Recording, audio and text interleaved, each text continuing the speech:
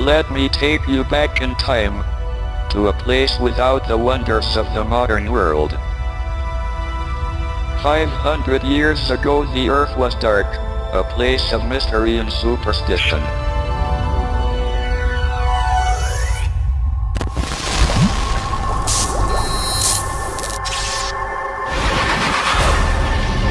But then science changed everything.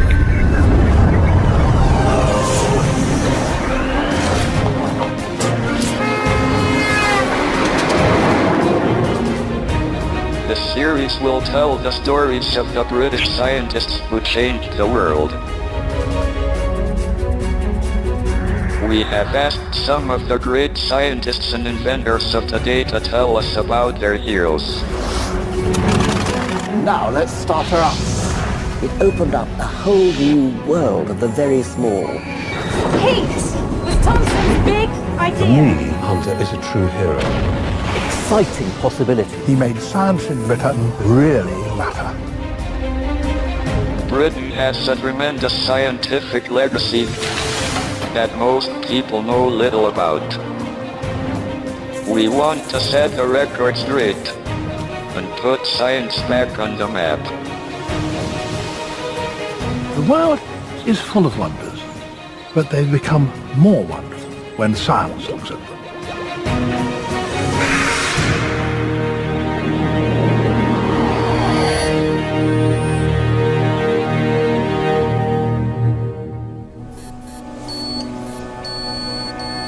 Our story began with a handful of young men who gazed up at the sky and discovered the underlying laws of the universe. The generation which followed was just as extraordinary. Recorded here together in this group portrait, a crowded room full of brilliant minds. We want to tell you about 6 of them. Each of us has our favorites, from the son of a boat builder to the richest man in England, from a country doctor to a charismatic adventurer. At a time when there was no electric light, disease killed countless thousands, and most people knew little of the world beyond Britain's borders. These 6 men would use science to save lives, generate power, and allow man to fly for the first time. Between them they would transform the world and take science from the abstract to the practical.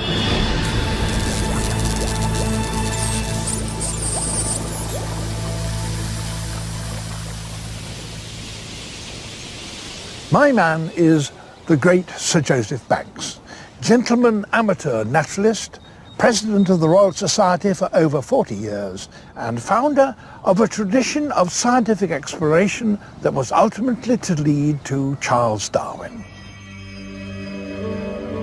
Here he is in the engraving as an old man, right at the heart of the scientific world. Lauded in his own time, today he's little remembered. To me, he's an unsung hero, the founding father of a tradition of scientific expeditions which would have a massive impact on both Britain and the world.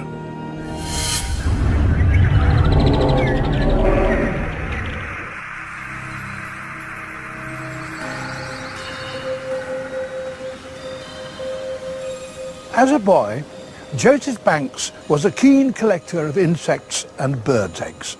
But the story goes that he found his true vocation one afternoon when he was 15, and he went for a swim in the Thames near Eton. And as he got out, he was suddenly overwhelmed by the beauty of the wildflowers on the bank. He determined there and then he would become a botanist.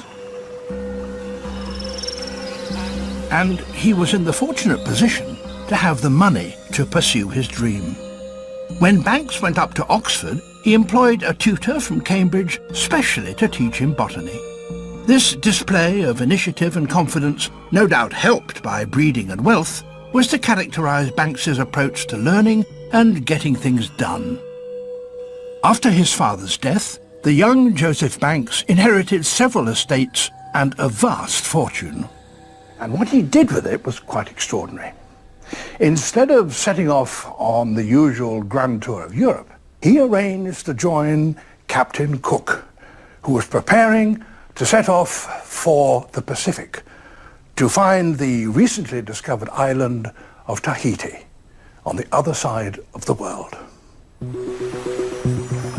Tahiti already had a thrilling reputation as an island paradise populated by noble savages and beautiful, friendly women. But the scientific purpose of the expedition was to observe the transit of the planet Venus across the disk of the Sun, a rare astronomical event.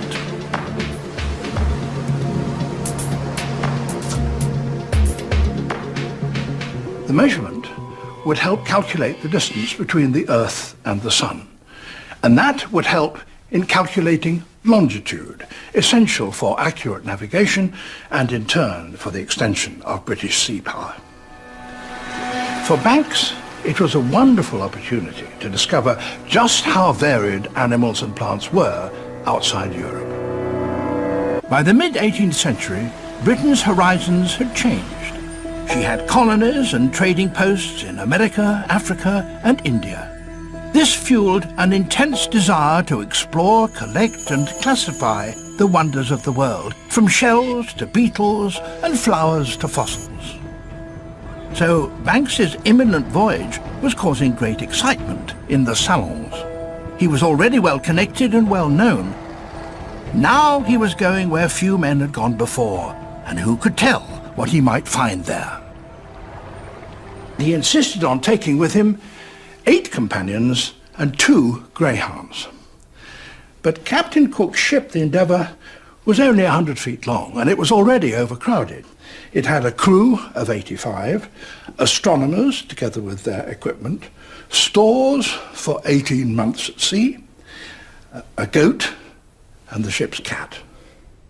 Navy rules allowed each sailor only 14 inches of hammock space. Captain Cook's great cabin was only 12 feet square, but he would have to share it with Banks and 2 of his entourage, their scientific equipment, as well as all the specimens of fish, mammals, birds and plants that they would collect along the way. Uncomfortable, yes, but also extremely dangerous. As Dr. Johnson put it, a ship is like a jail with the added risk of being drowned. But apart from shipwreck, there was also the danger from scurvy and other diseases, and fatal encounters with natives in unknown savage lands. And indeed, of Banks's party of 8, only 3 would return alive. The Endeavour set sail from Plymouth on the 25th of August 1768, bound for the South Pacific and immortality. It would be 3 years before Banks saw England again, and he would come back with a huge booty of new specimens. These would capture the attention of the public and the king, and help Banks take science from the interest of the privileged few to an activity at the heart of the nation's pride and success.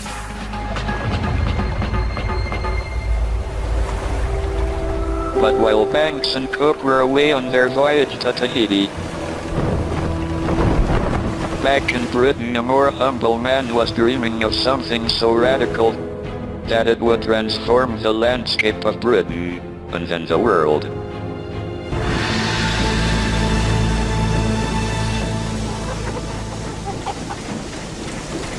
This elegant launch can go upstream or downstream irrespective of the wind. It's powered by a small steam engine. For the whole of human history, man's only source of power was muscle, wind and water. That all changed with steam.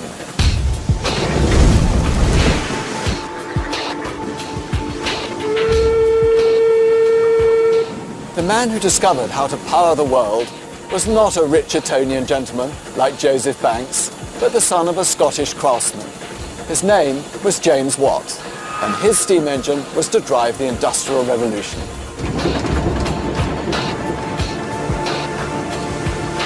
And while Cook and Banks were sailing to the other side of the world, Watt was struggling with prototypes in his Glasgow workshop. I spent 5 years building 5,127 prototypes, so I know how he felt. James Watt was the son of a shipbuilder on the Clyde, and he would spend time in his father's workshop, much like this, taking things apart and putting them back together again. As an inventor, you always hope for the eureka moment. But the truth is often far more prosaic. And so it was with Watt's discovery. The story goes that he was inspired by watching the lid lifting on a boiling kettle. In fact, his interest in the power of steam began when he was asked to mend a broken model of an already existing steam engine. In 1764, a broken Newcomen engine arrived in Watt's workshop. There were dozens in existence, used for pumping water out of mines. But they were inefficient and expensive to run.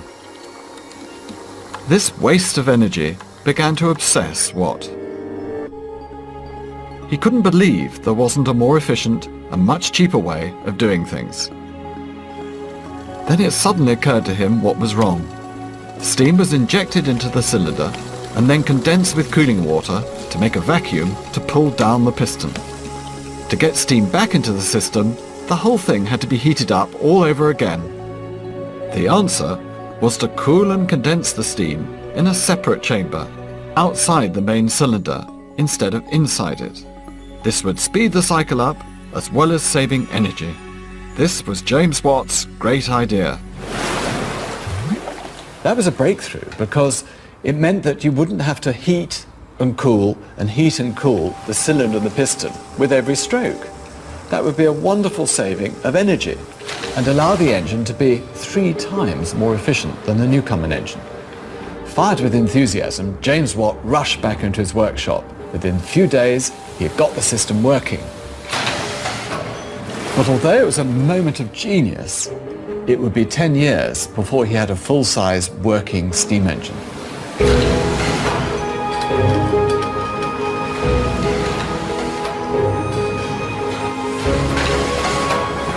The future had arrived. Watt's monsters throbbed day and night. And there seemed no limit to the power they gave to man.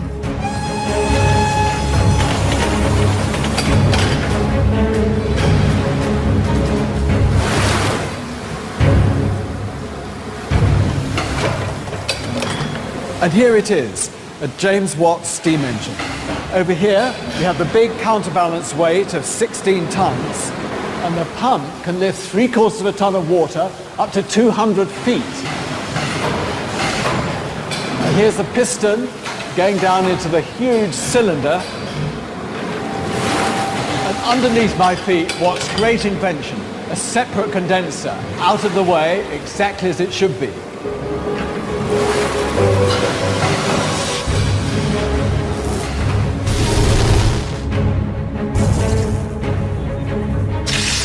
James Watt's invention changed the world. He gave almost unlimited power for mines, for factories, for transport, and even the power to make electricity. He made the future and our present.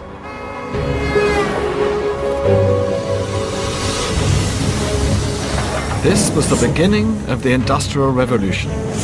Britain was the first nation to industrialize. Watt himself made a fortune, setting up factories, taking out patents, devising new and ever more impressive machinery to harness the power of steam. Where Britain went, the world followed, and the modern economy was born.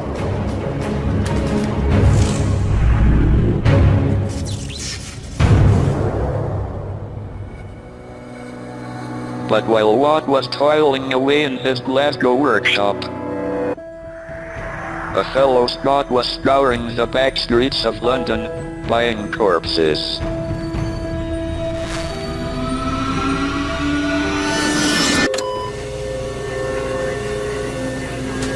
Modern surgery may seem miraculous, but in fact it's the result of centuries of research into the human body and how it works.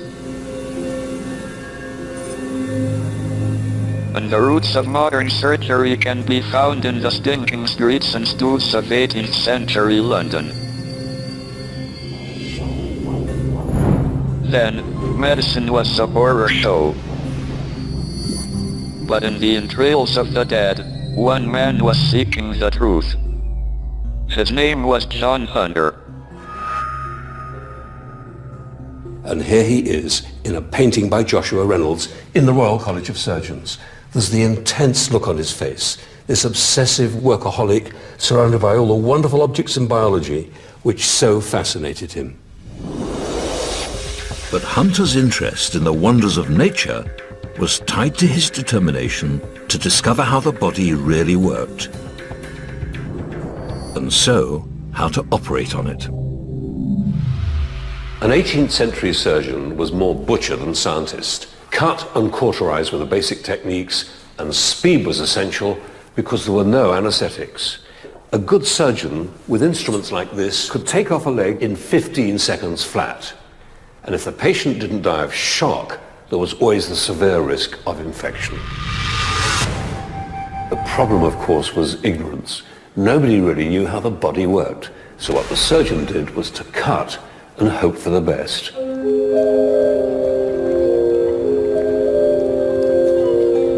Like James Watt, John Hunter came from a relatively humble background in lowland Scotland.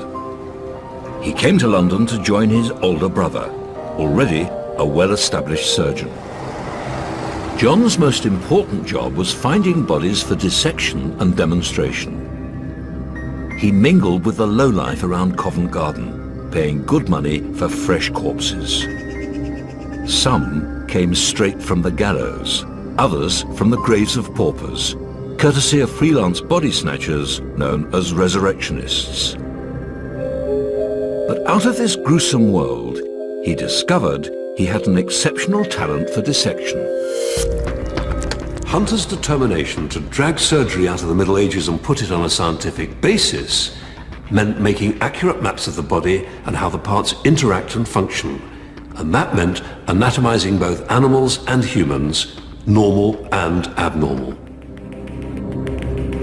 Hunter did hundreds of dissections, and little by little, he built up a detailed knowledge of human anatomy. This was the basis for his surgical technique.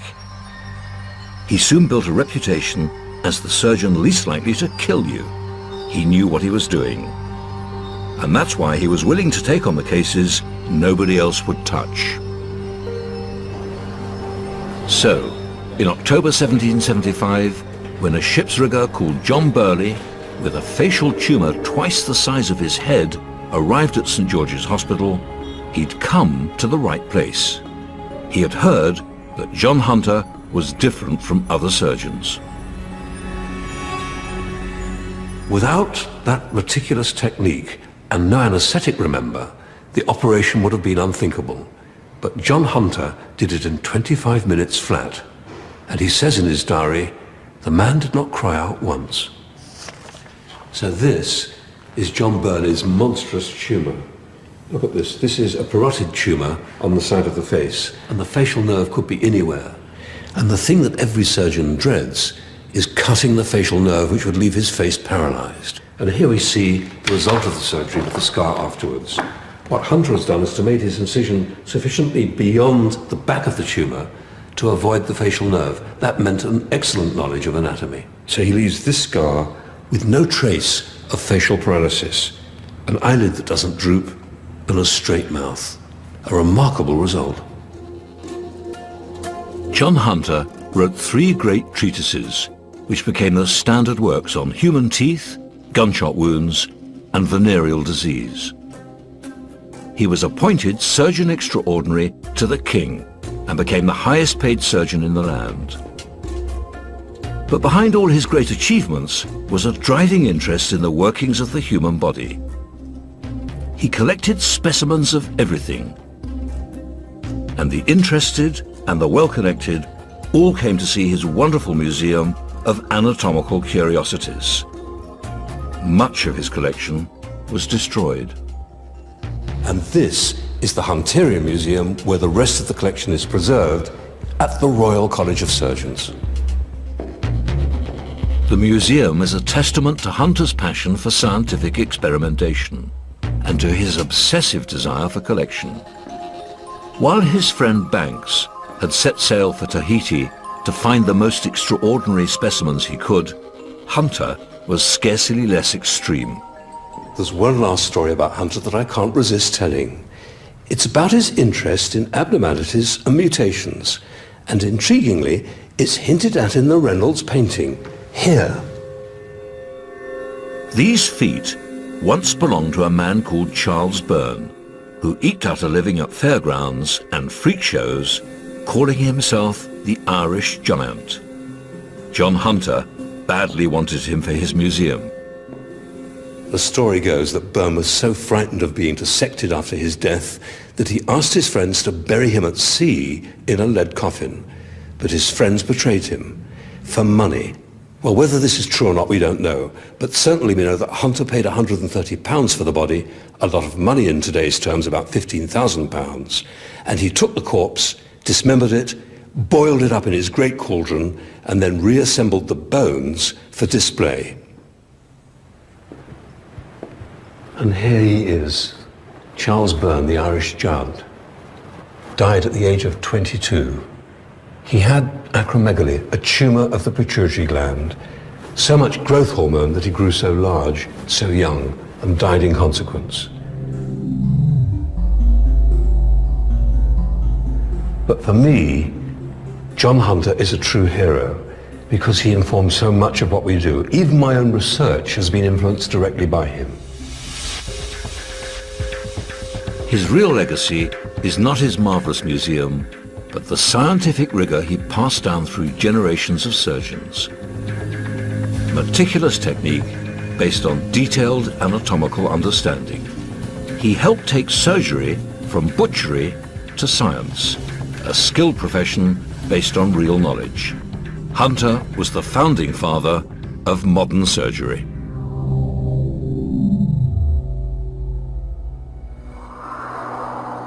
Hunter more than earned his place in our story. But he has another claim to our attention as the teacher of the great Edward Jenner. In 1796, Jenner would carry out one of the most important scientific experiments of all time, the results of which would ultimately save millions of lives.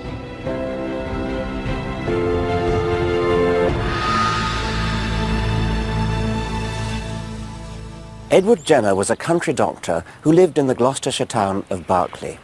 I think he was probably rather a good doctor, but more important, he was a very good scientist, a good observer, a good experimenter, and the idea that he came up with could be said to have saved more lives than any other in medical history.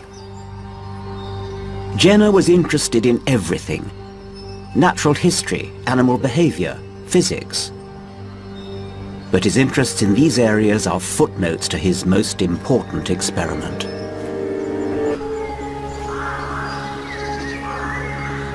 Edward Jenner took on the #1 killer in the 18th century, smallpox. It killed millions, and if it didn't kill you, it could still hideously disfigure you. It was something truly horrible.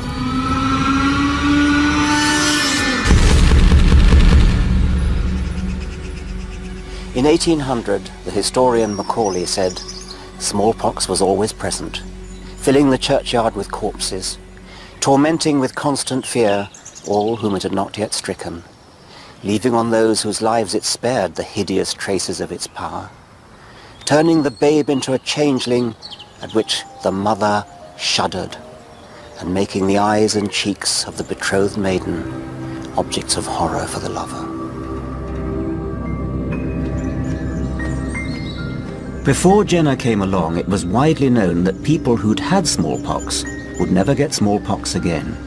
From quite ancient times, the practice of variolation, as it later became called, was done. That meant infecting people deliberately with smallpox in a way that was hoped, and with some justification, would not give them full-blown smallpox, but would give them an attenuated form.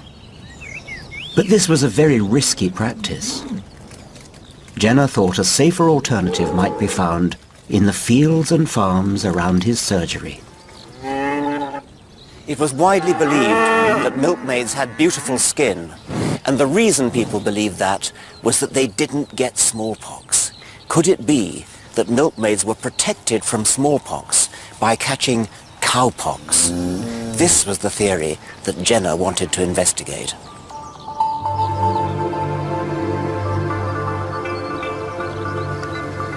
Jenner remembered the maxim of his mentor, John Hunter. Don't think, try the experiment. And in April 1796, that's exactly what Jenner did. A girl called Sarah Nelms caught cowpox from a cow called Blossom that she was looking after. Jenner immediately swung into action. He took pus from Sarah's pustules and deliberately infected a boy called James Phipps, an 8-year-old boy who was the son of his gardener, with cowpox that he got from Sarah. Then, this was the daring part of the experiment, which would never get past an ethics committee nowadays, he deliberately infected James with smallpox. James didn't get smallpox. This was the key result. Jenner had demonstrated the possibility of vaccination. The story of Jenner and the milkmaid and the gardener's son is become a kind of iconic story in medical history. It's one of these stories which we like to hear, we like to tell. It kind of conveys the idea in a single vivid moment in history.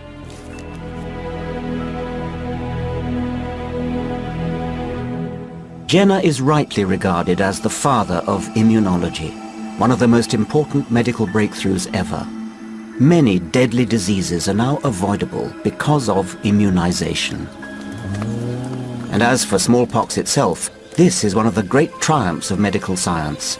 In 1980, the World Health Organization officially declared it extinct. It's sad that today some people are fearful of vaccinations and stop their children from having them. In Jenner's day, vaccination was a silver bullet which stopped the horrors of a deadly disease and probably saved more children's lives than any other medical advance. He was, I think rightly, hailed as a hero. Watt, Hunter and Jenner all used their scientific imaginations practically, transforming the lives of millions. But for me, one of the greatest scientists of the 18th century was a man who had no more thought for the purpose of what he did than a butterfly. Henry Cavendish was the richest man in England, and one of the most brilliant minds since Newton. The 18th century was a time of tremendous enthusiasm for science. Inspiration was being found not in the cloisters of universities but out on the high seas. In a Glasgow workshop, on the sordid back streets of London, and in the grandest houses in the land. This is Chatsworth House, ancestral home to Henry Cavendish, one of the most brilliant, if strange, men of the 18th century. Henry Cavendish was a silent and solitary man, hugely eccentric and pathologically shy. I guess these days we'd say he was a perfect example of Asperger's syndrome. He even communicated with his servants by writing them notes. In his long career as a natural philosopher, Cavendish probed the secrets of nature with brilliant insights and meticulous experiments. But he wasn't interested in fame or acknowledgement, and often neglected to tell anyone about his discoveries, many of which remained unpublished until after his death. But there was something he did tell people about, his discovery in 1766 of one of the most important elements in the universe. Oh, you've already got your gas in there. You're going to pour the acid in? Oh, let's have a look. Cavendish found that if he dissolved zinc in sulfuric acid... Oh, there you go. He could generate a colourless gas and collect it over water. It should make a loud and squeaky pop. I like pops in chemistry. He called the new gas inflammable air. Cavendish had discovered hydrogen, the simplest of all the elements, and the fuel that powers the sun and the stars. In fact, 3/4 of all the atoms in the universe are hydrogen atoms. Cavendish filled a pig's bladder with his new gas and weighed it. He found that it was about 11 times lighter than ordinary air.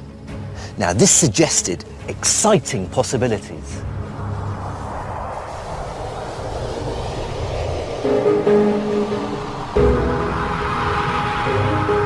Before long, the first hydrogen-filled balloon rose into the sky. For the very first time, people could see the world from above. Soon they could cross the English Channel, then the ocean. His discovery continued to have an impact long after his death.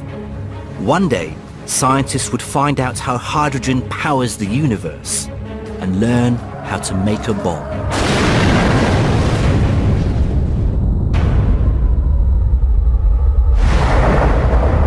A result Cavendish can scarcely have dreamt of. But I can't tell you the story of Cavendish without that of his friend Joseph Priestley. Priestley was his direct opposite. Radical, outgoing, eclectic in his interests and his passions. And it would take Priestley and Cavendish working together to crack the secret of one of the world's most common substances.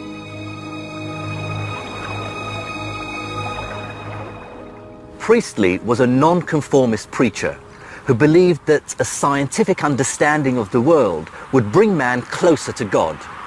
He made huge contributions to electricity and optics, but also to theology and philosophy. His ideas influenced utilitarianism and later socialism. But it was his politics that would get him into trouble. When his friends held a dinner party in 1791 to support the French Revolution, patriotic rioters destroyed his house, and Priestley had to flee England for America, never to return.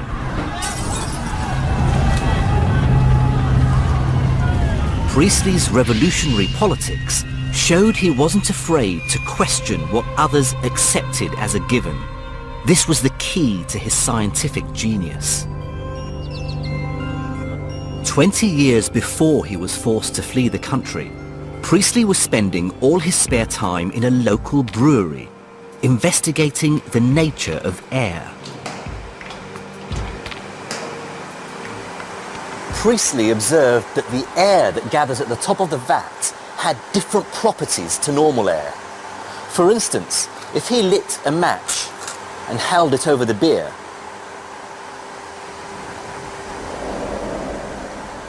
it went out. It's almost spooky because there's no breeze. Of course, what Priestley was observing was carbon dioxide, which forms when the yeast in the beer turns sugar into alcohol. He then studied whether this air was poisonous, and apparently he held various creatures in it. Butterflies and insects were fine, but a mouse had convulsions, and a frog lost consciousness. He later discovered that this air dissolves in water and made it taste good. He discovered soda water.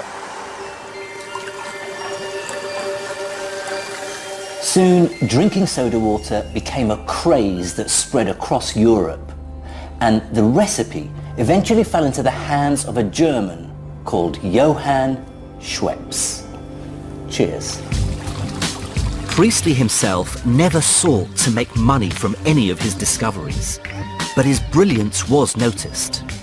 Despite his revolutionary politics, without the patronage of the aristocracy, he might never have made his greatest discovery. The Earl of Shelburne heard about Priestley and hired him as a companion and tutor for his children. His wife had just died.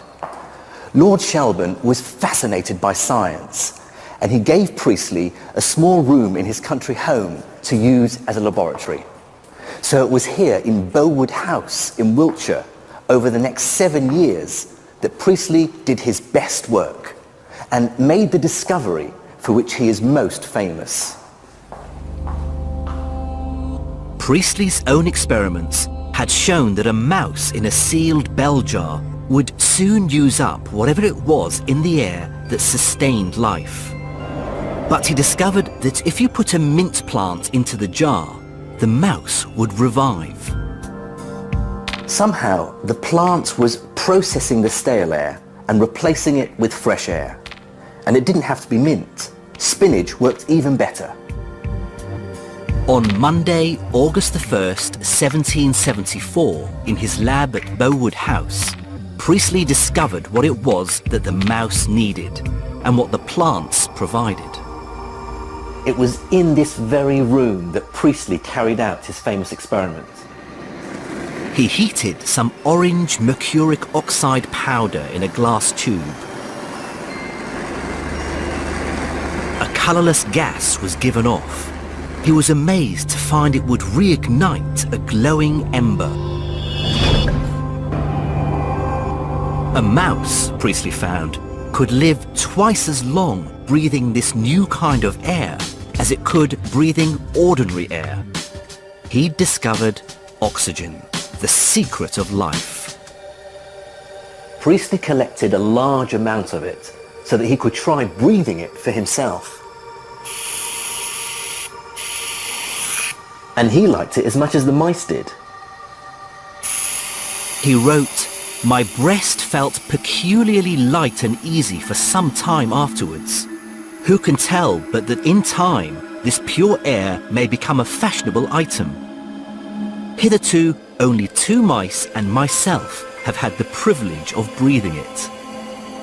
Joseph Priestley is credited with identifying 10 different gases, including nitric oxide and ammonia, but oxygen was of course the big one. And it was this that drew him and the reclusive Cavendish together. Cavendish and Priestley did something else with hydrogen and oxygen, something very important.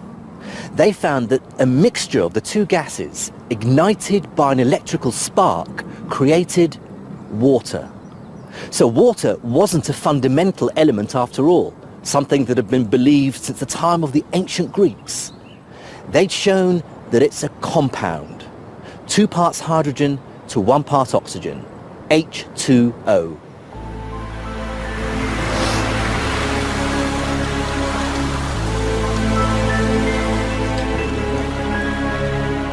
Together, Cavendish and Priestley laid the foundations of chemistry. Theirs was the pure science, the impact less obvious than the work of Watt or Jenner, and far less exciting to the public than the return of Captain Cook and Joseph Banks from their long voyage to the southern seas, bearing exotic specimens from an unknown world.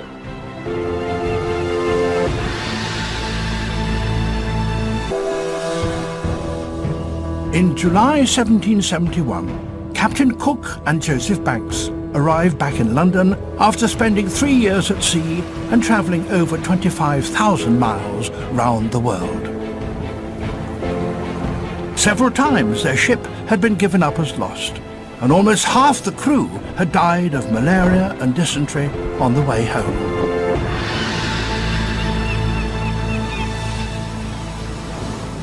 Cook and Banks were national heroes. For surviving, yes, but also for the wonders and the stories that they brought back with them. They'd mapped New Zealand and they'd claimed Eastern Australia for the crown. They called it New South Wales. Banks was painted by Joshua Reynolds as a romantic hero. Young, handsome, charming, and full of traveller's tales, he was the man of the moment. Stories of erotic adventures in Tahiti only increased the admiration and wonder he inspired in London society. Banks and his friends had brought back with them a vast haul of mammals and birds and reptiles, insects, sea creatures, ethological specimens, the like of which had never been seen in Britain or Europe before. Many of those actual specimens have now disappeared, but there are lots of drawings and paintings to show us some of the wonders that Banks and his friends encountered.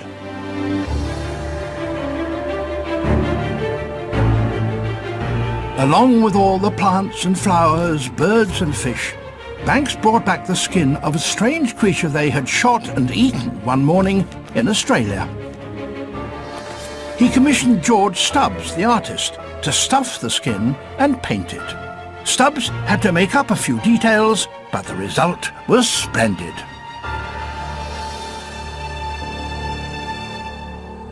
The kangaroo caught the public imagination, and soon Banks would thrill London with another exotic creature.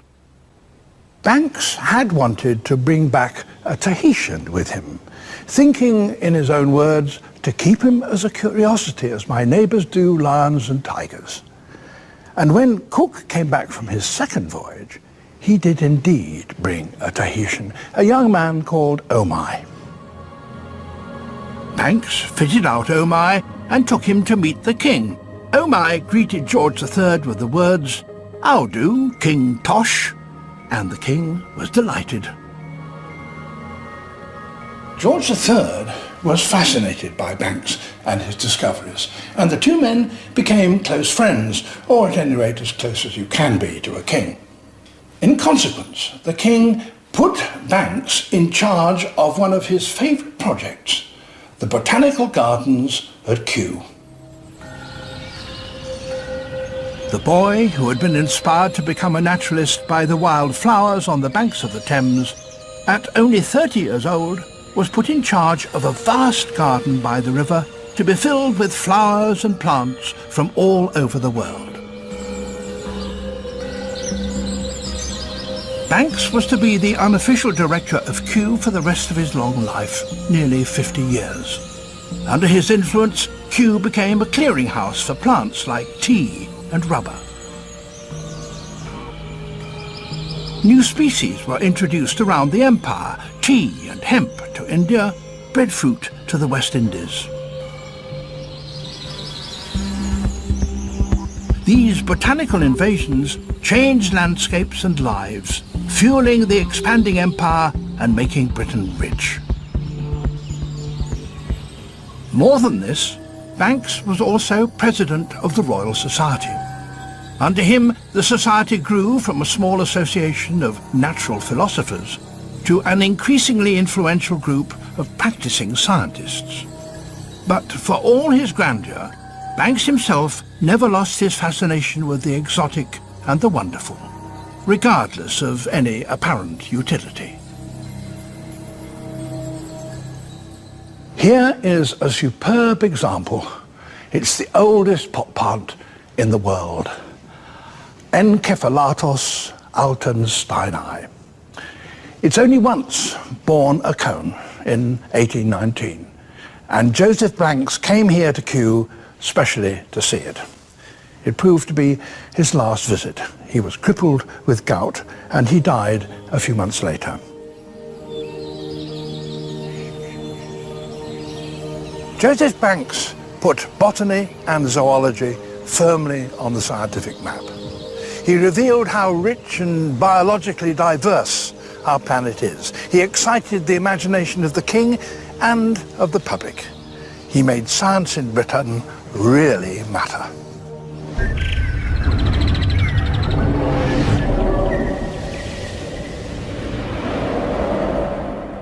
By Banks's death in 1820, science in Britain had come of age. The generation before them, Newton, Hooke and Halley, had turned their attention to the great puzzles of the universe. Banks and his contemporaries had taken science out into the world. James Watt's engines were transforming the landscape. The first great battle of the long war against disease had been won, and Banks's work at Kew was helping make Britain and her empire rich. This engraving was commissioned for sale to the public in 1861, and it shows how much scientists themselves had changed. This was not just a few independent thinkers, but a whole roomful of men, publicly celebrated for fueling the powerhouse that was Victorian Britain. Like the generation before them, it was curiosity which drove them. Between them they had shown that science could explore the world, and transform the way we understand the very air we breathe, and the water we drink.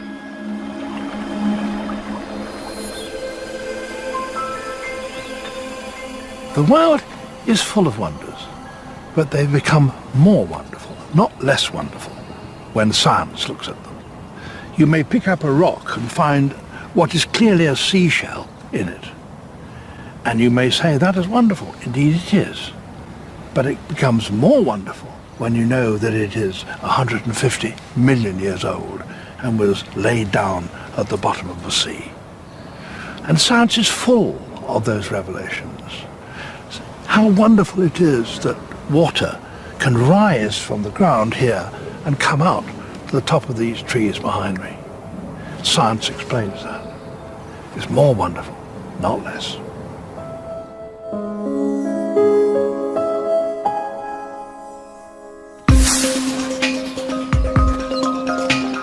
Next time, big ideas about energy, engineering, and evolution. The Victorians revolutionized communication. Turn on the lights and start building the world we live in today.